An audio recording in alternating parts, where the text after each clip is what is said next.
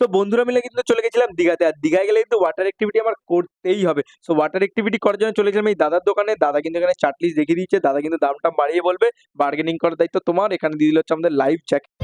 So guys আমি কিন্তু ready হয়ে গেছি। এখন যাবো ওয়াটার স্পোর্টসটা করতে। সো ওই যে দেখতেই পাচ্ছ ওখানে সব রয়েছে। তো যাই গিয়ে দেখা যাক, চলো।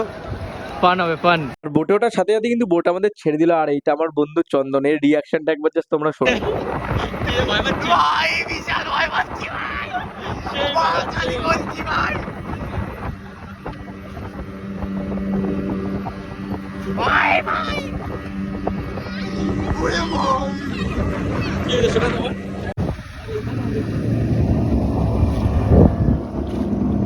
শর্টস আমাকে নিয়ে যেতে কি হয়েছে তোর?